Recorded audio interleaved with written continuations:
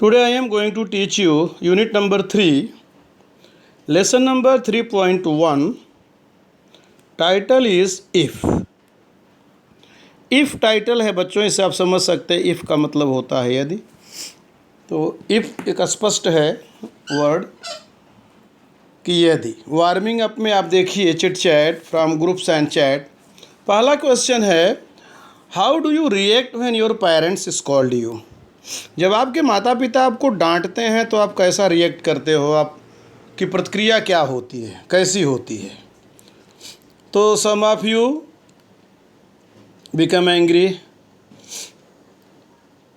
तो आपको ऐसा करना चाहिए कि when my parents scold me and without reason they can't scold me, ऐसा भी आप कर सकते हो। बिना रीजन के, बिना कारण के तो वो मुझे ऐसा नहीं कहेंगे। तो my parents don't scold me without any reason. और if they scold me I must find out why they are scolding me. तो मुझे ये प्राप्त करना, जानना है कि मेरे माँ बाप मुझे डांट रहे हैं तो क्यों डांट रहे हैं, कारण क्या है, what is the reason of scolding. डांटने का कारण कुछ तो होगा। And I never get angry, मैं कभी गुस्सा नहीं होता। मैं यह जानने का प्रयास करता हूँ, I always try to understand why they are scolding me. What mistakes I have done, हमने क्या गलती किया, क्यों डांट रहे हैं, ये हमें जानना चाहिए, समझना चाहिए। उनकी बात पर गुस्सा नहीं होना चाहिए या हमें ज़्यादा उग्र नहीं होना चाहिए उनकी बातों पर। दूसरा पूछते हैं, how do you feel when someone insults you. जब आपको कोई इंसल्ट करता है, जब आपकी कोई बेइज्जती करता है, अपमानित करता है, तब आप कैसा महसूस करते हो। तो when someone insults me I try to find out the reason कि why he is insulting me. What mistakes, वही दोबारा भी, what mistakes I have done, मैंने क्या गलती किया, मुझसे क्या गलती हुई कि मुझे कोई इंसल्ट कर रहा है, मुझे कोई डांट रहा है, मुझे कोई अपमानित कर रहा है, मुझे कोई दो बात बोल रहा है। तो हमें यही करना कि हमें अपनी गलतियों को ढूंढना चाहिए कि हमारी गलतियां कहाँ हैं, आखिर लोग हमें क्यों डांट रहे हैं या लोग हमें क्यों ही बेइज्जत क्यों कर रहे हैं। और अगर गलती हमारी है, if the mistake is from my side, तो I must try to avoid the same mistake again. तो हम अपनी जो हमारी गलतियां हैं उन्हें दोबारा से हम नहीं करना चाहेंगे, उसे अवॉइड करेंगे, उसको पुनरावृत्ति उसकी न हो, रिवीजन उसका न हो। एक बार गलती हो गई, दोबारा से ऐसी गलती हमसे नहीं हो, ऐसा हम प्रयास करेंगे। थर्ड है कि how would you react when you are cheated by your friends. जब आप अपने मित्र के द्वारा ठगी के शिकार हो जाते हो तो आपकी प्रतिक्रिया क्या है, माने क्या होती है। तो पहले तो ये चीज़ है कि if your friend is genuine friend, if he is a real friend, if he is your best friend, he will not cheat you. तो लेकिन if somebody cheated you, then what will you do.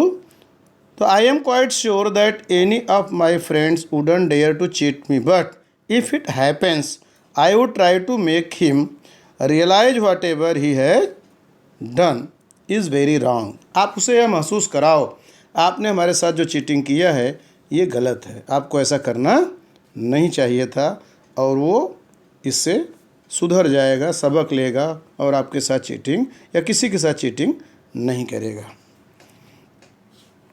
अगला है, why is it wrong to make a difference among friends who belong to a different class, colour और community. भिन्न भिन्न वर्गों, वर्णों अथवा जातियों के मित्रों में अंतर करना क्यों गलत है। तो we are friendly with those who are good at soul and mind, we never separate them according to their caste, their religion. We love each other. When our behavior and mind match with each other, we become friends. जब हमारी दोस्ती किससे होती है, जब हमारे व्यवहार, हमारी बात व्यवहार मिलता है एक दूसरे से, वो हमें समझता है, हम उसे समझते हैं। कलर और कम्युनिटी पर हम नहीं जाते, और मित्रता में कास्ट, कलर एंड कम्युनिटी मायने नहीं रखती है। अगर आप दोनों के अंदर अंडरस्टैंडिंग है, एक दूसरे के प्रति प्यार है, अंडरस्टैंडिंग है, और एक दूसरे के प्रति आप हेल्पफुल हो, सहयोग की भावना है, कोऑपरेशन की भावना है, तो मित्रता चलती है। उसमें जाति, कलर या कम्युनिटी संपर्क वो सब मायने नहीं रखता है, और रखना भी नहीं चाहिए। अगर आपका कोई मित्र है तो आपको उसके साथ ऐसा व्यवहार करना चाहिए, अच्छा व्यवहार करना चाहिए। इसके बाद है सेकंड में उन्होंने दिया है complete the table by providing suitable response to given action. Action में क्या है, you are punished by a teacher without any reason, तो क्या करोगे, आगे दिया है I shall not lose my temper but I shall talk to the teacher afterward. दूसरा है your friends spread rumours about you, तब आप क्या करते हो, I shall try to keep myself cool and confident and try to find out the reason कि क्यों मेरा मित्र ऐसा कर रहा है। समवन डाउट्स यू, थर्ड है अगर कोई आप पर डाउट करता है, शंका व्यक्त करता है, तो I shall try to clear his, response में क्या लिखोगे आप, I shall try to clear his doubts about me personally, मेरा जो है भाई पता करेंगे भाई क्यों ऐसा कर रहे हो, क्या तकलीफ है, क्या बात है, जानने का प्रयास करेंगे। Your relative blames you for something, तो आप क्या करोगे, उसमें जाओ रिस्पॉन्स में I shall try to find out the reason and I shall convince him not to blame me unnecessarily, भाई अनायास मेरी बेइज्जती मत करो, अनायास मेरे बारे में गलत सलत मत बोलो ऐसा। समवन हर्ट्स यू, अगर कोई आपको नुकसान पहुंचाता है, दुख देता है, तो I shall try to keep away from such people but I shall definitely introspect, आपको ऐसे लोगों से थोड़ा सा दूरी बना लेनी चाहिए कि ये लोग आपको हर्ट कर रहे हैं, तकलीफ़ दे रहे हैं, तो आप उनसे थोड़ा दूरी बना लो, दूर रहो। इसके बाद है question number 2, complete the some sentences meaningfully and share them with the class. If you read books you will gain knowledge and if you do exercise daily then you will become healthy, daily exercise करेंगे तो healthy होंगे। और इसके बाद दिया है you will pass the exam, तो if you work hard you will pass the exam. फिर दिए हैं खाली इफ़, तो if you respect others others will respect you. फिर इफ़ दिया बाकी नहीं दिया, तो we should accept the truth if we know it very well, हम ट्रुथ को तभी, सत्यता को तभी लेते हैं जब हम उसे जानते हैं। अभी आपका है क्लासीफाई वीकनेसेज और स्ट्रेंथ, क्या होता है हमारे अंदर, वीकनेसेस क्या होती है और हमारे अंदर स्ट्रेंथ क्या, हमारी ताकत क्या है और हमारी कमजोरी क्या है, पोएट ये इसमें पूछ रहा है। तो आप देखिए इसमें वीकनेसेस में आपके हैं फियर है, कन्फ्यूज़न है, वरी है, क्वार्डिस है, हेजिटेशन है, लेजीनेस है, एंगर है, हाँ एरोगेंट है, ये सब चीज़ें हमारी कमजोरी हैं। और स्ट्रेंथ में क्या है हमारे पास, कॉन्फिडेंस है, क्लैरिटी है, स्ट्रेंथ है में मतलब आपके अंदर पावर है, आपके अंदर डेडिकेशन है, विल पावर है, पंक्चुअलिटी है, फेथ है, पेशेंस है, चीयरफुल है, जनरस है, एम्बिशन है, बहुत सारी बातें ऐसी जो आपकी ताकत बनती हैं। बच्चों अभी हम चलेंगे मूल जो इसका मेन जो लेसन है उसकी ओर। इफ़, इसके पहले लेसन पढ़ने से पहले देखिए आप ऊपर जो लिखा है ये इफ़ के नीचे रुडयार्ड, इसके जो पोएट हैं वो हैं रुडयार्ड किपलिंग। 1965 से 1936 तक, 1865 से 1963 तक उनका ये जन्म हुआ 65 में और 1936 में उनका अंत हुआ। Rudyard Kipling was a English journalist थे, वो पत्रकार थे एक तरह से अंग्रेजी के, शार्ट स्टोरी राइटर थे, पोएट थे, नावलिस्ट थे। Kipling was one of the most popular writers in the United kingdom में, बहुत ही अच्छे प्रसिद्ध लेखक थे यूनाइटेड किंगडम में, मैंने इंग्लैंड में। In both prose and verse, दोनों कविताएं और कहानियां दोनों अच्छा लिखते थे वो। और in the late 19th and early 20th centuries he was awarded the Nobel prize for literature in 1907, उनको 1907 में लिटरेचर में नोबेल प्राइज़ मिला था एट द एज ऑफ 42 की उम्र में ही was the first writer writing English to receive the prize. पहले ऐसे लेखक थे जिनको अंग्रेजी लिखने के लिए पुरस्कार मिला था। This poem deals with advice given by father to his son. यह कविता पिता के द्वारा एक पुत्र को दी जा रही सलाह के रूप में है। आप इसे ध्यान से सुनिए। और बच्चों, इनके बारे में एक और विशेष बात है, इन्होंने ही एक कहानी लिखी थी जंगल बुक, जो हमारे यहाँ बहुत चली थी। जंगल बुक आपने एक पात्र उसमें देखा होगा, मोगली। मोगली नामक वह पात्र बहुत फेमस हुआ था। वो संग्रह था कहानियों का, जंगल बुक उसका नाम था। वो कहानी बहुत अच्छी यहाँ पर बहुत चली थी। तो अभी इसका पहला जो स्टेंजा है उसे ध्यान से देखिए, सुनिए। If you can keep your head when all about you are losing theirs and blaming it on you, if you can trust yourself when all men doubt you but make allowance for their doubting too. Poet अपने पुत्र को यह सलाह देता है कि सबसे पहली सलाह उसकी यही है कि कीप योर हेड माने आप हमेशा कीप योर हेड काम, आप हमेशा शांत रहो, रिमेन काम, शांत रहो। आपके विषय में लोग क्या कहते हैं, व्हेन ऑल अबाउट यू, जब लोग आपके विषय में बात करते हैं और आपके विषय में लोग चर्चा करते हैं, आपके विषय में लोग कुछ भी बात करते हैं, तो पहला काम यह है कि आप अपने को शांत रखो। Are losing theirs and blaming it on you, अगर वे लोग आपको ब्लेम करते हैं, माने आपको शिकायत करते हैं, आपकी अगर शिकायत करते हैं तो भी आप ट्रस्ट योर सेल्फ, आप अपने ऊपर ट्रस्ट करो, दूसरों पर। और क्या करो, trust yourself when all men doubt you, अपने पर भरोसा करो जब लोग आप पर डाउट करें, आप पर संदेह व्यक्त करें, तो आप अपने पर भरोसा करो, ऐसा पोएट कहता है। But make allowance for their doubting too, लेकिन अपने पर कॉन्फिडेंस आपका होना चाहिए, आपको अपने पर भरोसा होना चाहिए। लेकिन लोग डाउट कर रहे हैं तो उसका भी आपको फ़ायदा उठाना, क्या फ़ायदा उठाना है, in the sense for example मान लीजिए एक तालाब है, बहुत बड़ा है, आपको लगता है, आपको पूरा भरोसा है कि मैं इस तालाब को पार कर लूँगा, लेकिन जब लोग कह रहे हैं कि नहीं, लोगों को डाउट है कि नहीं आप नहीं कर पाओगे या नहीं करना चाहिए, इसमें बहुत ज़्यादा पानी है या तूफ़ान आ सकता है, कुछ ऐसा हो सकता है, नदी है, तालाब है, ज़्यादा गहरा है, तो आपको ये सोचना चाहिए कि लोग ऐसा कह रहे हैं तो हो सकता है कुछ प्रॉब्लम हो। तो पोएट का कहना यह है कि आपको उनके डाउट के बारे में भी सोचना चाहिए, मनमानी काम नहीं करना है, अपने ऊपर भरोसा रखो, लेकिन लोग आप पर अगर डाउट करते हैं तो उसके बारे में भी आप सोचो और उसका भी लाभ लो, फ़ायदा लो।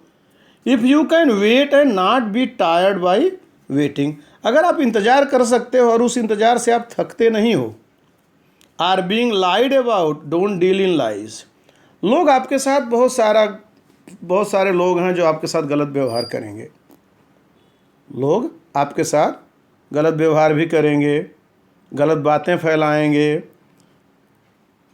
होता है, लोग गलत गलत बातें फैलाते हैं कि इनका बदनामी करते हैं, झूठ मूठ का एक र्यूमर उड़ा देंगे, तो भी आपको क्या करना है, डोंट डील इन लाइज। तो आप क्या करो, आप मत उनके बारे में ऐसा करो, आप झूठ मत फैलाओ, उनकी बातों को उनके माने आप विचार करो, लेकिन आप उनकी बातों किसी के प्रति दूसरों मतलब वो तो झूठी बात फैलाएंगे कि ये गलत है या कुछ भी र्यूमर फैला देंगे आपके बारे में, झूठी बातें होंगी, गलत बातें होंगी, तो आपको क्या करना है, तिरस्कार आपका वो करेंगे, लेकिन आपको उनका तिरस्कार नहीं करना है। पोएट ये कहता है, are being hated don't give way to hating and it don't look too good nor talk too wise. लोग आपकी निंदा करेंगे, आपको परेशान करेंगे, आपका तिरस्कार भावना का शिकार बनना पड़ेगा आपको, आप झूठी गलत बातें आपके बारे में फैलाएंगे, लेकिन आपको उनके साथ ऐसा नहीं करना है, आपको सदैव शांत बने रहना है और उनके साथ अच्छा व्यवहार करना है। आर बीइंग हेटेड, अगर वो तुम्हारे साथ हेट मतलब अगर वो आपका तिरस्कार करते हैं तो आपको क्या करना है, नॉट टू बी हेटेड, माने आवश्यक आप उनके साथ ऐसा व्यवहार मत करो। और and it don't look too good not talk too wise, आप बहुत स्मार्ट बनने का भी प्रयास मत करो। एक बाप अपने बेटे से कहता है, या पोएट अपने बेटे से कहता है कि आप बहुत स्मार्ट दिखने का प्रयास मत करो कि तुम बहुत स्मार्ट हो, बहुत चालाक हो। ऐसा बनने, अधिक चालाकी मत दिखाओ, अधिक आदर्शवादी न बनना है आपको। आप जैसे हो ऐसे ही बने रहो, क्योंकि जब आप बहुत आदर्श दिखाओगे, बहुत सारी बातें ऐसा करोगे, मैं बहुत आदर्शवान हूँ, मैं बहुत अच्छा हूँ, तब आप उसमें फंस जाओगे। तब आप अपने साथ ही गलत व्यवहार कर जाओगे और लोग आपको उसमें फंसा देंगे। तो वही पिता क्या कहता है कि लोग आपका डाउट करेंगे, लोग झूठ बोलेंगे, आपके बारे में गलत प्रचार करेंगे, तो भी आपको शांत रहना है। आपको किसी भी हाल में बहुत अच्छा या बहुत चालाक नहीं दिखना है या नहीं बनना है, क्योंकि बहुत चालाक बनने में तकलीफ़ हो जाती है, आदमी फंस जाता है। आगे है, if you can dream and not make dreams your master. अगर आप स्वप्न देखते हो, पोएट कहता है कि अगर आप स्वप्न देखते हो और उन सपनों के गुलाम नहीं होते, सभी स्वप्न देखते हैं, आप भी देखते हैं, हम भी देखते हैं, सभी देखते हैं कि भाई हमें ये करना है, वो करना है, ये बनना है, वो बनना है, तो कहते हैं कि अगर आप स्वप्न देखते हो लेकिन उन सपनों के गुलाम नहीं होते हो, ड्रीम योर मास्टर, माने वो जो स्वप्न है वो तुम्हारे मालिक न बन जाए। जो सोचते हो करो, लेकिन उसकी गुलामी मत करो, उसके गुलाम मत बन जाओ। हाँ, और if you can think and not make thoughts your aim. अगर आप सोचते हो, जो विचार आपके मन में आते हैं, make thoughts your soul in aim, और if you can meet with triumph and, जैसे कहते हैं पोएट, आप जो सोचते हो या आप जो करते हो, आपका जो उद्देश्य है, आपके विचारों का जो उद्देश्य है, वह आप सोचो, उसे करो, लेकिन वह चीज़ आप पर एकदम से हावी हो जाए, ऐसा आपको नहीं करना चाहिए। If you can meet with triumph and disaster. तो क्या होता है, जीवन में ऐसा भी होता है कि आपके जीवन में दुख और सुख, ट्रायम्फ माने होता है जीत, डिजास्टर माने होता है हार या बर्बादी, नुकसान, आपको दोनों चीज़ों से मिलना होगा। ऐसा कोई व्यक्ति नहीं है संसार में बच्चों जो सिर्फ जीतता हो, हारता न हो, या ऐसा भी कोई नहीं है जो हारता ही और जीतता न हो। ये दोनों शब्द हैं, ट्रायम्फ और डिजास्टर, ये दोनों हैं आपके साथ साथ, हार और जीत दोनों लगे रहते हैं। And treat those to impostors just the same.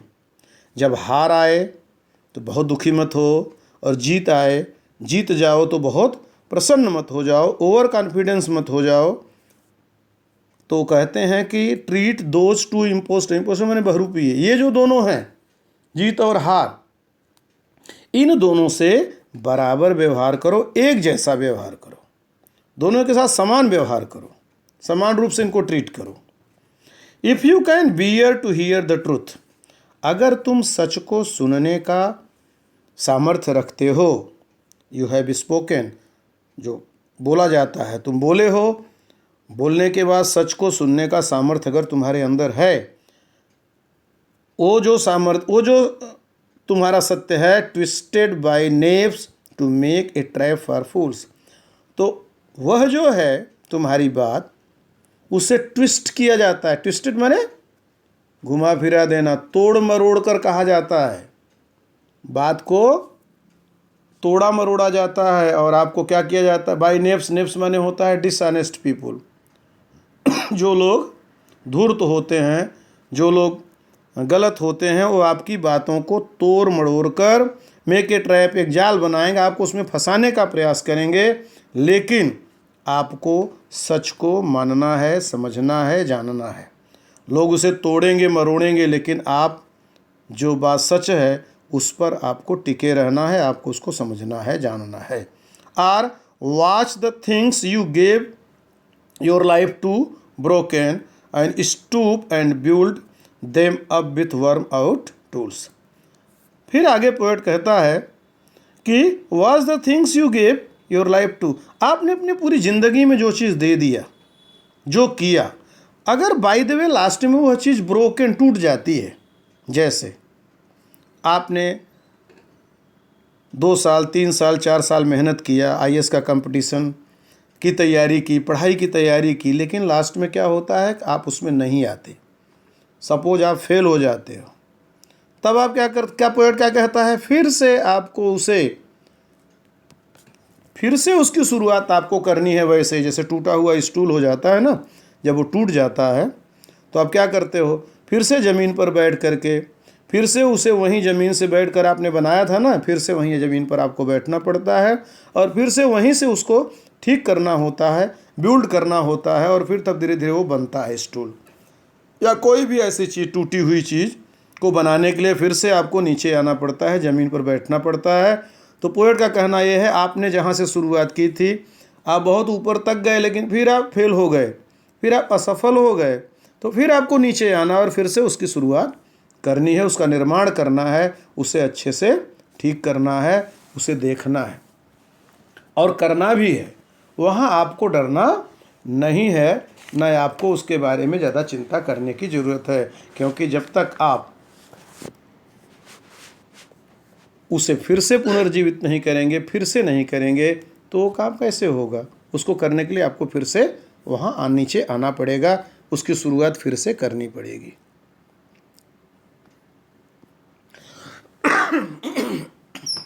बच्चों, अगला है,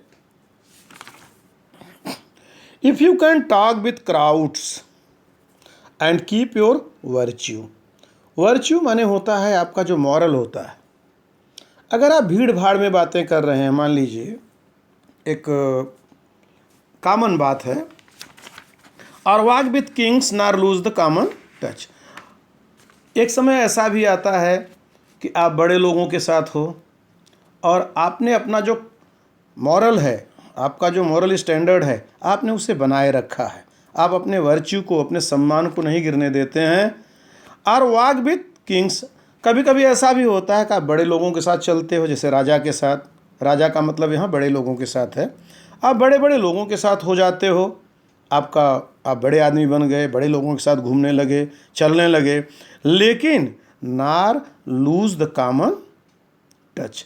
आपका राजा के साथ व्यवहार है, उसके बावजूद आपका कॉमन टच भी होना चाहिए, माने छोटे लोगों से भी आपका टच हो, छोटे लोगों का मत भूल जाओ, उनके साथ भी आपका व्यवहार वैसे ही बना रहे। तो कहता है कभी आप भीड़ में चलते हो, कीप योर वर्च्यू, तो अपने वर्च्यू को, अपने सम्मान को, आत्मसम्मान को आपको जीवंत रखना है, ख़त्म नहीं कर देना है। आर वॉक विथ किंग, अगर आप राजा के साथ चल रहे हो तो आपका कॉमन टच, सामान्य व्यक्ति से भी आपका लगाव रहना चाहिए, उसे भूलना नहीं है आपको। If neither foes nor loving friends can hurt you, अगर आपके बहुत मित्र अच्छे हों या दुश्मन हों, कैन हर्ट यू, आपको हर्ट कर सकते हैं। तो neither foes nor loving friends can hurt you, आपका कोई शत्रु या मित्र अगर आपको कष्ट नहीं पहुंचा सकता है। If all men count with you but none too much, और हर व्यक्ति जो आपके साथ है वो व्यक्ति काउंट विद यू का मतलब होता है सबसे एक समान व्यवहार करना। माने अगर आप अपने मित्र से और अपने शत्रु से एक समान व्यवहार रखते हो, नन टू मच, किसी से भी बहुत ज़्यादा नहीं रखते हो, एक समान व्यवहार का मतलब होता है आप राजा के साथ हो तो भी आप सामान्य आदमी के साथ हो, आप बहुत बड़े आदमी बन गए तो भी छोटे आदमी के साथ आपका रिश्ता है, अपने साथ जो पहले थे उन्हें आप नहीं भूले हो। तो कहने का अर्थ ये है कि जब आप का व्यवहार समान होता है, एक जैसा होता है सबके साथ, तब क्या होता है, तो if you can fill the unforgiving minutes. तो पोएट ये कहता है, अनफॉरगिविंग मिनट्स का मतलब होता है समय किसी की प्रतीक्षा नहीं करता है। बच्चों, समय ऐसा है जो किसी की प्रतीक्षा नहीं करता। तो फादर का कहना यह है कि आप अपने समय की कीमत को समझो, समय की कीमत को समझो, क्योंकि समय किसी की प्रतीक्षा नहीं करता। आप अपने समय को अच्छे से समझो, समय के बारे में जानो, समय की कीमत करो, उसे पहचानो। And with 60 second worth of distance run, कहने का अर्थ है कि हर पल का हिसाब आपके पास होना चाहिए। माने आपको पता है कि 1 मिनट में 60 सेकेंड्स होता है। वर्थ ऑफ डिस्टेंस रन कहने का मतलब होता है उस एक एक क्षण की कीमत अगर आप समझते हो, 1 सेकेंड की भी अगर कीमत आपको पता है, अगर आप उसे गंवाते नहीं हो, वहाँ क्या कहा पोएट ने, feel the unforgiving minute. Forgiving माने भूल जाना, अनफॉरगिविंग माने भूल, क्योंकि समय किसी का होता नहीं है। अगर आपने समय को गंवा दिया तो फिर समय आपको मिलने वाला नहीं है। इसलिए पोएट ने कहा अनफॉरगिविंग मिनट्स को अगर भर सकते हो, माने हर पल का हिसाब रख सकते हो, हर पल अपने को एक्टिव रख सकते हो, हर पल काउंट करो, काम करो। With 60 seconds worth of distance run, अगर एक एक सेकेंड का हिसाब रखते हो अपने जीवन में, तो yours is the earth and everything that's in it. तो तुम्हारा यह धरती तुम्हारी है, and everything that's in it, और यहाँ जो कुछ है वो सब तुम्हारा है।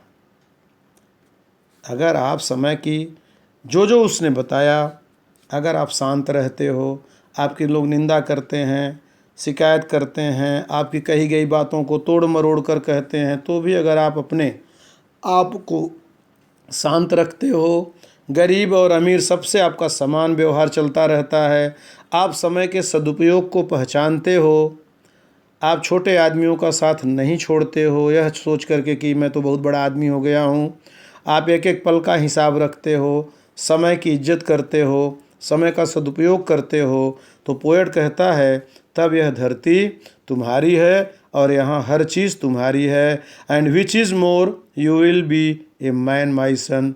तो पोएट कहता है कि बेटे सबसे बड़ी चीज़ क्या होगी, तब तुम एक आदमी बन जाओ। माई सन, उसके आगे उन्होंने एक्सक्लेमेशन का नोट ऑफ एक्सक्लेमेशन है, देखिए उसका विस्मय सूचक का चिन्ह उन्होंने लगाया है। उन्होंने कहा अगर ये सारे गुण आप में आ गए तो आप सबसे अधिक जो कुछ होगा, जो बनोगे वो तो बनोगे, लेकिन एक अच्छे मनुष्य जरूर बनोगे, एक मानव बन करके निकलोगे, तुम्हारे अंदर मानवता होगी।